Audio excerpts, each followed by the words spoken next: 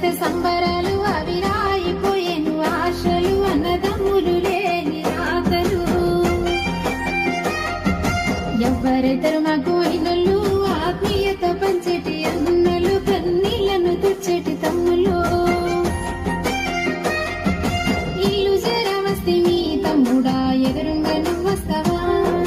కాళ్ళకు నీళ్ళిస్తావా తమ్ముడా కడుపు నిండా పిలువరా